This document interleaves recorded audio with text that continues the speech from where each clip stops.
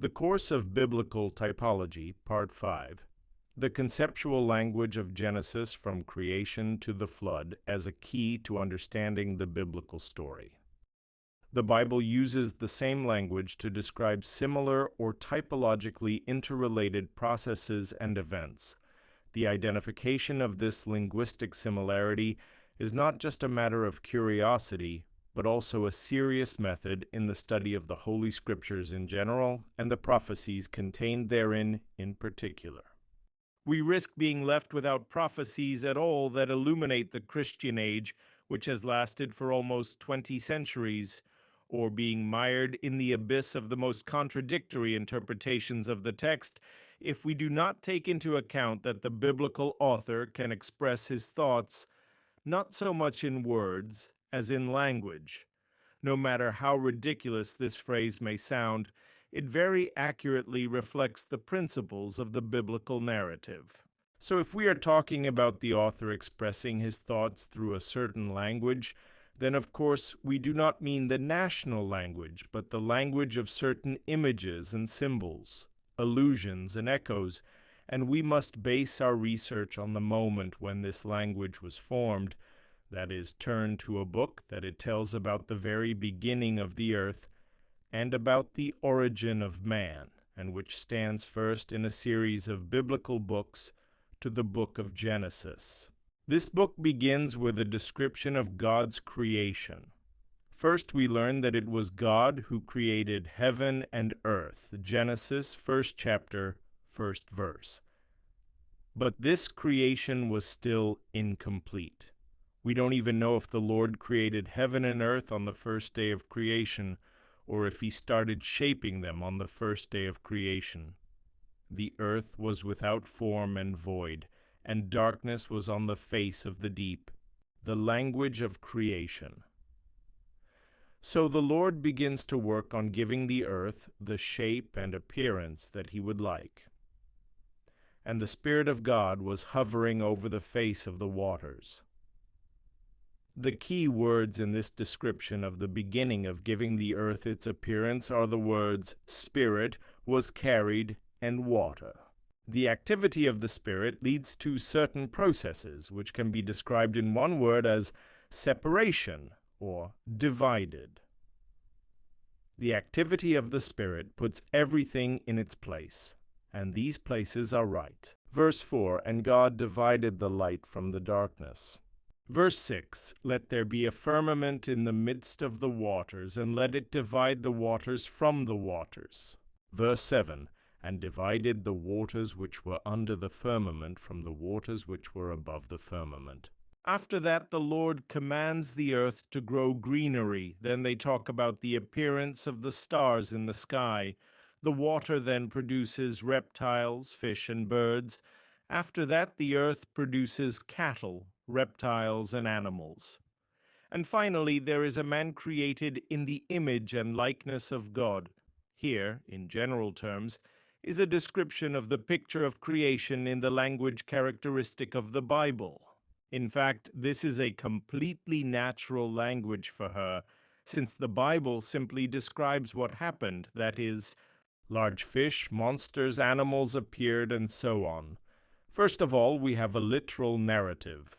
After that, the Lord commands man to be fruitful and multiply, to fill the earth and rule over it, rule over all creatures. Food regulations are given. The further development process of the earth created by God is also known to us. Adam and Eve sinned by eating the forbidden fruit, and the world was cursed. But that's not all. Adam and Eve's firstborn, Cain, kills his brother. And when people settled on the earth, the corruption of people became great. The culmination of this corruption appears to us in the tragic and mysterious union, mixing of certain sons of God and daughters of men. Let's not guess what was behind both groups, except for the sexes, of course. We just note that the Lord regards this as an illegal mixing of the mysterious sons of God and apparently very ordinary daughters of men.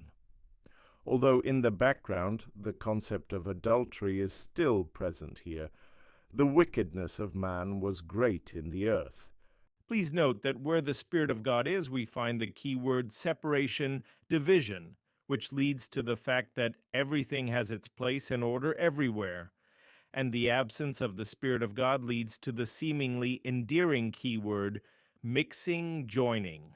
And it turns out to be worse than ever if sin is in the holy place. In the first case, the word hurts the ear, and in the second, it caresses. But not everything is so clear. Sin lies at the door. Finally, a sentence is pronounced on this world, I will destroy man whom I have created from the face of the earth, both man and beast, creeping thing and birds of the air, for I am sorry that I have made them. Genesis, 6th chapter, 7th verse. But these words are not followed by immediate reprisals. We see that the judgment of God consists of two stages from the very beginning. The investigative judgment, Lord saw that the wickedness of man was great in the earth, Genesis 6 chapter 5th verse, and the executive judgment, which is described in the 7th chapter of Genesis. But the Lord is not idle between the investigative and executive courts. He's trying to save anyone else possible, the last of all people. The Lord reveals himself to the prophet Noah, tells him of his intentions, and entrusts him with an important mission, the construction of the ark. The final composition of the remnant, that is, the people who were saved from the flood, was formed only when, as it is said, and the Lord shut him in. And so, when nothing could be changed, the flood came. Consider how the Bible describes these events. 7th chapter, 7th verse. Before us are the people who entered the ark, Noah, his wife, and their sons and daughters-in-law. Verse 8. Before us are the beasts entering the ark. The 10th verse. The waters of the flood are coming to earth. Maybe in the sense that they started covering it. Of course, the vegetation was washed away first. The 11th verse. All the fountains of the great abyss were opened, and the windows of heaven were opened. That is, the water that was above the firmament began to unite with the water that was under the firmament. This is followed by a repetition of events typical of the Jewish genre of Scripture. Noah enters the ark, and so on. The 19th verse. And the waters on the earth increased exceedingly, so that all the high mountains that are under the sky were covered. Now there was nothing separating the firmament from the water. The following verses only comment on what had already happened by that time, that is, the death of all living things. The 8th chapter begins with God's actions to stop the flood. The first verse, and God made a wind to pass over the earth, ruach. The second verse, the firmament separating the upper and lower waters, atmospheric and earth waters, is being restored again. The water decreases and dry land appears, the ark runs aground.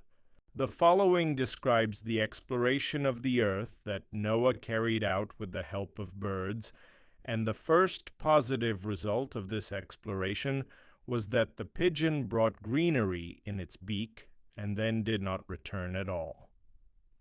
After that, we read that all the living things that were in the ark also come out. Animals and people, animals pass before man again. So we have seen how the picture of creation presented in the first chapter of Genesis in strict reverse order unfolds in the description of the flood and appears again in the same order in the picture of the restoration of the earth after the flood. However, it should be noted that because of sin, this recreation of the earth is no longer so beautiful. We do not hear from God either good or very good. The earth is distorted. The animals became predatory.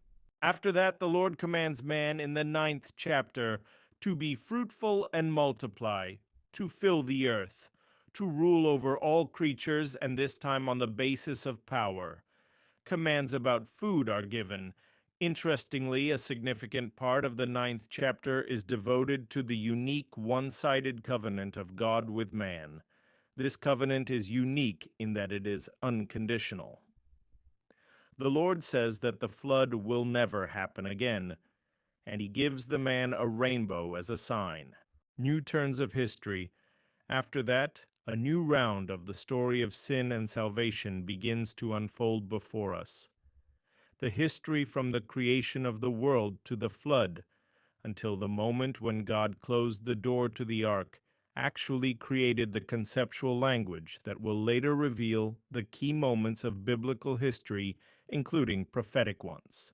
Of course, the biblical conceptual language will expand and enrich, but due to the fact that in this very first story of creation, fall, and destruction, all the basic biblical concepts are laid down and a certain scheme is set, the biblical authors, as well as the Lord himself in the visions sent down by him, will use the terminology of creation and flood to convey ideas and concepts similar in general meaning. And we could already partially see this in the way the Lord dealt with the flood and recreated the earth. After the reinvention, the descendants of the sons of Noah and their history are described. It was a rather sad and already familiar story of a fall. The culmination of this fall can be considered the construction of the Tower of Babel. It is not difficult to guess what the sin of its builders was: extreme pride and obviously mixing truth with falsehood. The very name Babylon, which means mixing in translation, appears even before the Lord made the mixing. And the very sight of God's intervention testifies, as usual, indirectly to the nature of sin: confusion. This is where the era of the cult of worship of the usurper of God's power begins. This symbol will remain until the end of the history of the earth, when the throne of wickedness, false religion, and the throne of Satan will be established. The book of the prophet Zechariah, the 5th chapter, from the 6th to the 11th verses. And here we have the picture of God's punishment again. It differs from the flood in principle because it takes place on a different level. But the author of Genesis, and above all the one who inspired him, is in no hurry to part with the language with which he once described one punishment of the world: the flood. Of course, when describing an event so different from the flood, it was difficult and even impossible to preserve the entire language of the flood. But the author, by applying key concepts, makes it clear that for him this event stands somewhere next to the flood in terms of meaning. And he makes this clear through the concepts of confusion, Genesis chapter 11, verse 7, and scattering, Genesis chapter 11, verses 8 and 9. These were the key concepts in the depiction of the flood. It is these concepts that are the complete antipodes of the creative activity that God manifested: separation, gathering during creation. But a logical question arises: where is the concept of remainder here? And we begin to get an answer to this question in the 10th verse of the 11th chapter, which sets out the genealogy of Shem, starting in the 2nd year after the flood, which leads us to Abraham or even Abram. The fact that this line indicates a remnant can be seen from the prophecy of Noah. Genesis chapter 9, verse 26. Blessed be the Lord, the God of Shem, and may Canaan be his servant. In addition, genealogy in Jewish literature was intended not only to lead to a specific person, but also to reveal the whole story behind it. Thus, we see that there was a remnant during the next fall of humanity, and the man, Avram, to whom this line leads us, and it does not matter at all for Jewish thinking that he lived 500 years after the Babylonian mixing, is a kind of new Adam, or a new Noah. Actually, the story of Abraham begins with the same. God's promises that were given to Adam and Noah. These are the promises about posterity. I will make of you a great nation, about the earth and its expansion, about the prospect of dominion over all people. All the tribes of the earth will be blessed in you. A new language. And here the question is natural, but where is the description of creation here? After all, what do we see as the result of creation? The promises of posterity, land, and dominion. A description of the creation will follow later. The fact is that Abraham is regarded as an author and is inextricably linked with his future descendants. If we are asking, where is the description of creation, then we must ask ourselves the question, Where is the description of the fulfilled promises made to Abraham? He bought land with difficulty to bury his wife. His problems with offspring, as well as his children, are simply amazing. Neither the dominion nor the blessing of the neighboring peoples of Abraham was out of the question. So, who is this Abraham? And where is the description of creation? Or did the author of the scripture leave his own scheme? In our opinion, Abraham, as well as Isaac, Jacob and his children and grandchildren, as well as Abraham's grandfathers and great-grandfathers, and Jewish thinking does not really separate the father from the son and grandson. All these are one seed. These are people who live in hope or faith for deliverance during God's judgment and bringing him to justice. Execution. The Lord did not need the ark to save them this time. But there is an element that emphasizes the separation of these people from the rest of society, and the story of Abraham begins with it. Get out of your country, from your family, and from your father's house, to a land that I will show you. Genesis chapter 12, first verse. It was as simple to do this as it had once been to build an ark, but it's just as salutary. And although this time there is no mention of the flood as the Lord promised, nevertheless, God's creation takes place in the opposite order, mixing, scattering. But when does the new creation begin? And then when the descendants of Abraham become a nation. And this happens during their exit from Egypt. We will now proceed to consider this outcome. But first we would like to note that here the author introduces an additional element to the already familiar scheme. And this element is perceived by subsequent authors when describing events that they equated with creation, or a new creation, or an outcome. And this element is called ulcers. We're just noting it now. Typology in action. So, the exodus from Egypt. According to the almost unanimous opinion of theologians, the transformation of Abraham's descendants into a nation took place when they passed through the Red Sea. We will not give arguments in favor of this, as they are widely represented in the works of other researchers. So when the people come to the sea, something unexpected happens, and is already familiar to us in the language of the narrative. Before us is a body of water, verse 21. The Lord sends a strong ruach wind to the sea. The waters separate. The land appears. Thus the main elements present in the creation are repeated. And then there is a description of the process of punishment, which appears before us in the language of the flood, the language of destruction. The waters unite again and drown the Pharaoh and his army. Actually, this bright chord ends the narrative of the judgment that the Lord began during the construction of the Tower of Babel.